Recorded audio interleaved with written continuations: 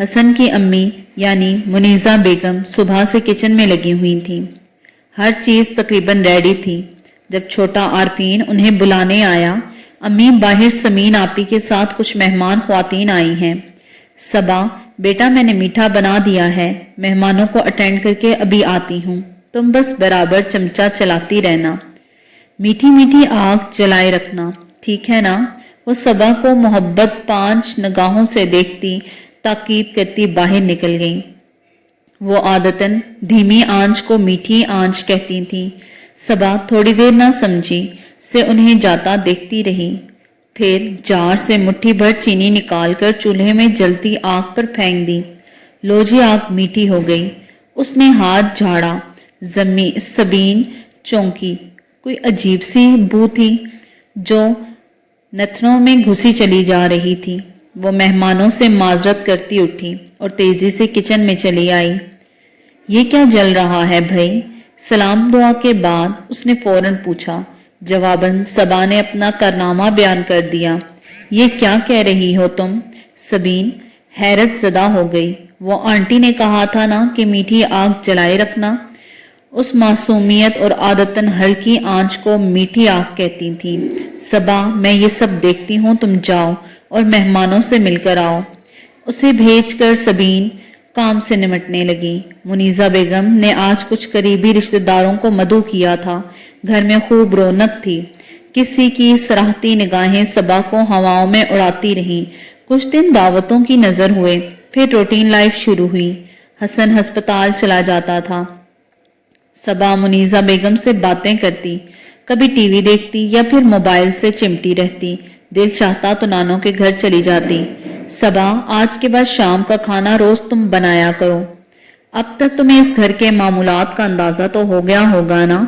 حسن کی بات پر تو وہ چکرا کر رہ گئی۔ اسے تو ڈھنگ سے چائے بھی نہ بنانا آتی تھی۔ والدین کی علیحدگی کے بعد وہ نانوں کے گھر رہی تھی۔ نہ کسی نے اسے کام کا کہا تھا، نہ اس نے خود سے سیکھنے کی کوشش کی۔ وہ 2nd ایئر کی اسٹوڈنٹ تھی جب نانوں پیرالائز ہو گئیں۔ انہی دنوں میں حسن کا رشتہ آیا اور ممانی نے اس کی مرضی جانے بنا اس کی شادی طے کر دی۔ وہ گمسم سی حسن کو دیکھے جا رہی تھی۔ کیا ہوا بھائی؟ کچھ نہیں، میں بنا دوں گی، تھینکس۔ وہ مسکرایا، لیکن صبا مسکرا نہ سکی۔ آنٹی ایک بات کہوں، مجھے کوکنگ نہیں آتی، لیکن میں آپ سے سیکھنا چاہتی ہوں۔ آج حسن نے یخنی پلاؤ کی فرمائش کی تھی، آپ مجھے گائیڈ کریں گی پلیز؟ دھلے دھلائے چہرے کے ساتھ اگلی صبح وہ منیزہ بیگم کے ساتھ کھڑی تھی۔ ایک ہمارا دور تھا، گندم کی کٹائی اور چکی پیسنے جیسے بامشقت کام سکھانے کے بعد ہی مائیں بیاہتی تھیں، اور اب یہ زمانہ آ گیا ہے کہ اونٹ جتنا قد لے کر ساس سے کہہ رہی ہیں کہ کام نہیں آتا۔ وہ مزید اب کیا کہتی؟ چند دن مزید سرکے تو صبا خراب کر بیٹھی۔ روایتی کھانے پکانا اس نے جلد سیکھ لیا تھا، مگر جب چائنیز اٹالین ڈشز بنانے کی کوشش کرتی تو حسن فرمائش کر کے پوچھتا۔ اس بار تو الٹیاں کر کے صبا کی اپنی حالت غیر ہو گئی۔ سب کو تشویش نے آ گھیرا۔ منیزہ بیگم نے کچن کا چارج پھر سے سنبھال لیا۔ سمین کھیر پکوائی کی رسم پر کھانا کھا کر اپنے گھر چلی گئی تھی۔ پھر اس نے 2 ماہ بعد ہی میکے کا رخ کیا۔ آج صبح ہونے والا موسلا دھار بارش اور کے سبب کافی ٹھنڈ ہو گئی تھی۔ وہ گیٹ سے اندر داخل ہوئی تو گویا اس سے والیٹ کا کرنٹ لگا۔ سامنے ہینڈ پمپ کے پاس امی کے کپڑے دھو رہی تھی۔ امی یہ اب کیا کر رہی ہیں؟ صبا کدھر ہے؟ سلام دعا کے بعد سبین نے ماں سے پوچھا۔